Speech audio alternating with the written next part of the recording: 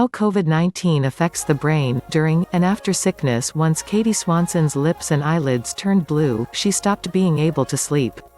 The 28-year-old has always been great at sleeping, she says, an early to bed and early to rise type of person, but the coronavirus had her oxygen levels cratering, and she knew they might drop more as she slept.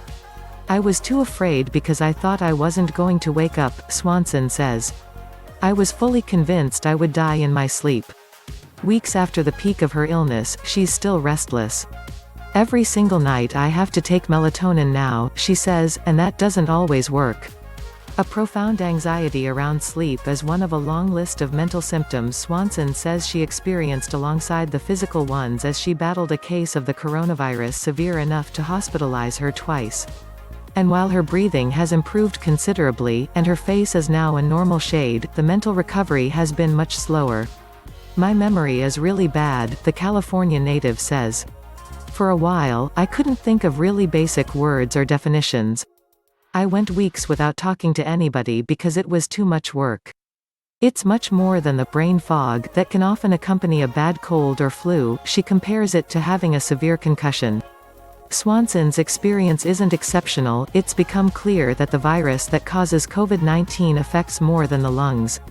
Nearly 40% of people infected, a team of Chinese doctors recently wrote, develop neurological symptoms, including headache, disturbed consciousness, and paresthesia. People with COVID-19 receiving critical care are at high risk of delirium, extreme confusion, or hallucinations. And severe illness, treatment, and recovery can leave lingering emotional trauma, raising the odds that a person will go on to develop anxiety, depression, or related conditions. But on top of all that, scientists are also beginning to understand that coronaviruses, particularly this one, have neurotropic properties, meaning the bug can attack the nervous system, entering the brain or the cerebrospinal fluid. The result may be neurological symptoms that accompany the infection, linger after recovery, or show up weeks, months, or even years later. Last month, a trio of researchers in the Department of Psychiatry at the University of California, San Diego published a paper that examined the long-term mental health consequences of past epidemics. Reports from the 18th and 19th centuries, they wrote, suggest that influenza pandemics, in particular, have been marked by increased incidences of various neuropsychiatric symptoms, such as insomnia, anxiety, depression, mania, psychosis, suicidality, and delirium. We get people with depression, excitability, people who are too sleepy, people who don't sleep. There are delusions, hallucinations, psychosis. In the wake of COVID-19, warns Emily A. Troyer, one of the study's co-authors, scientists need to do a better job of looking at the brain. With nearly half of severely ill people developing some type of neurological symptom, there could be a second epidemic mounting around mental health. She says it's likely already begun. Troyer points to Lorna Breen, the medical director of a New York City hospital's emergency department who, after contracting and recovering from the virus herself, died by suicide in late April. Breen had no known history of mental illness, but battling COVID-19 had altered her brain, Breen's sister later told hosts on the Today Show. We've asked the doctors to do some research on my sister's brain to tell us if this was the case, but I'm certain. And then she went back to work in the most horrific, unimaginable conditions. The combination was just untenable. For Troyer, the tragedy is a harbinger of the crisis to come, one that can be prevented by devoting resources to tracking patients' mental health, working to understand exactly what the virus does to the brain, and encouraging survivors to speak up about the lasting effects, and seek help when they need it. After 3 weeks in a medically induced coma, Charlotte Ralph was overwhelmed by delirium and fear. As doctors reduced her sedation, the stylist from the United Kingdom began having very real and frightening hallucinations, which I can still remember vividly, she says. The delusions ranged from being convinced her nurses were trying to poison her to thinking I had run over a baby with my car and had to go into witness protection. The critical care team put a whiteboard in Ralph's line of sight, telling me where I was, that I was not in trouble, and what day it was, she says. I couldn't remember things from day to day, the team would have to reintroduce themselves. Ralph's doctors have since realized the crippling respiratory virus that landed her on a ventilator was COVID-19, but her illness struck before the pandemic was widespread, so family members were able to sit at her bedside. It was the only time she felt safe. I can't imagine what it must be like now, Ralph says, for all the people who can't have visitors. The delirium Ralph experienced is a common side effect of critical care, often called ICU confusion. Troyer says it may be especially prevalent in the coronavirus patients, with respiratory issues preventing enough oxygen from reaching the brain. We see such a broad array of neuropsychiatric symptoms, says Troyer. We get people with depression, excitability, people who are too sleepy, people who don't sleep. There are delusions, hallucinations, psychosis. In addition to the effects of low oxygen levels, some of the deleterious symptoms are related to the virus itself, explains Jordan Cohn, a co-author of the UCSD paper.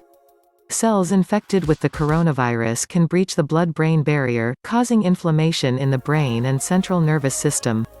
We're just catching up to understanding, he says, but it seems to be a hallmark of severe cases of COVID-19. In something like 40% of patients it can cause encephalopathies, or brain diseases, as mild as headaches to much more severe incidences of hallucinations.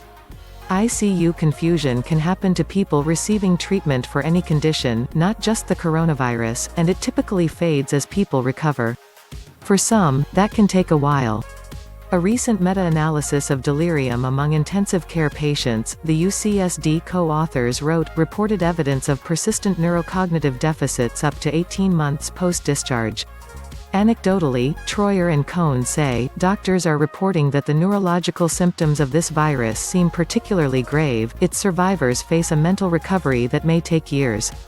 2 months after being taken off her ventilator, Ralph is still dealing with graphic nightmares and insomnia. I was put on a hefty dose of sleeping tablets to get my body clock normalized, she says. Weaning myself off them has been hard.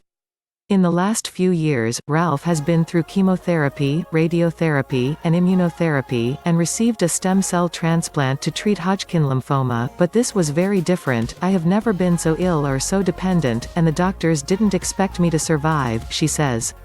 Recovery has involved relearning to breathe, walk, talk, eat, go to the toilet, all of which had become lost to me. I feel infectious. I feel like I could hurt somebody. I'm afraid of myself. Even without an attack on the nervous system, the virus exacts a psychological toll. When Beverly Rollins first contracted the coronavirus, she felt a sense of shame. I had a hard time telling people, she says. I felt like, how did this happen to me? What's wrong with me? Am I so weak that it got me?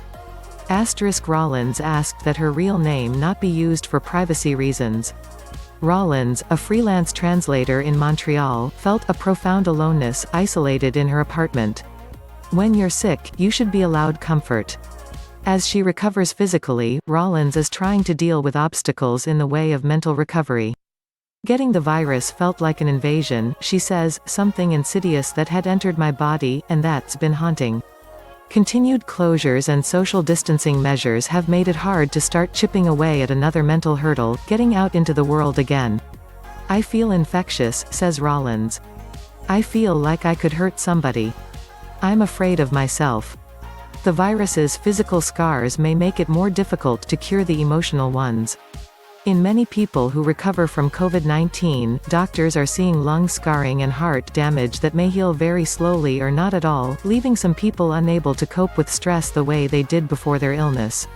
Swanson, a triathlete who loves taking long training runs on secluded mountain trails, has no idea if she'll ever run like that again. There's a high probability I'll come out of this with chronic obstructive pulmonary disease or asthma, she says, a lung specialist recently explained. I could be on inhalers for the rest of my life. My lungs and heart might never be the same, and that's hard to accept. It's hard to even say out loud. Running, biking, and swimming have always been a major part of Swanson's self-care routine, and she hasn't quite figured out a replacement anxiety reliever yet. There are still more unknowns than certainties about the long-term impact of having COVID-19. Many of the neurological effects may not have begun appearing yet. For survivors of past epidemics, there's a much higher incidence of obsessive-compulsive disorder, post-traumatic stress disorder, and depression 3 to 5 years post-infection, Cohn says. Rollins, who has been in therapy for years to treat PTSD, is trying to head off lasting traumas she knows could develop out of her experience with the coronavirus. She's avoiding news stories that act as triggers, and attending virtual therapy sessions and support groups. On the one hand, I feel optimistic because I've got the tools and I don't feel like I'm starting from scratch, she says. But I also feel like I'm waiting for the other shoe to drop. Is it really going to wallop me later? I'm trying to talk it out and get over it and process it. When Swanson shared a candid, emotional missive about her illness on Facebook at the end of March, the post was shared a few thousand times, and she received hundreds of messages. People were asking questions and looking for support, she says. I'm not a COVID-19 guru, and my experience isn't any more valid than anyone else's, so I started a Facebook group. People were invited to share their stories with the group, called COVID Symptom Support. It's a place for people to check in, Swanson says. How are you physically? How are you mentally? That's exactly what needs to happen, says Troyer, if there's any hope of preparing for the pandemic's mental health fallout. I know it can be scary to hear we're going to have potentially large swaths of society with long-term psychiatric complications, she says. But it just means the medical community has to be on the lookout, and the public needs to know these are things we can talk about openly.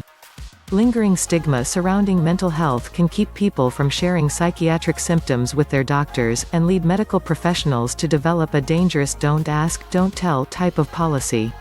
I think part of the problem is it's easy to talk about respiratory and gut symptoms, and it's not easy to talk about the fact that you're depressed or hallucinating or thinking about suicide, Troyer says. But there is no shame in telling your doctor, hey, I'm having this weird thing happening to me that wasn't happening before. Swanson thinks it'll take time for her own fear to fade. I think I'll be afraid to get sick again, she says. But I look at it this way, a few years ago, I was stung by a jellyfish. It was a freak accident, but it made me terrified of the ocean for a long time. She knows the road to emotional recovery will be long, but she's also deeply optimistic about the future. Eventually, she says, I went back into the ocean.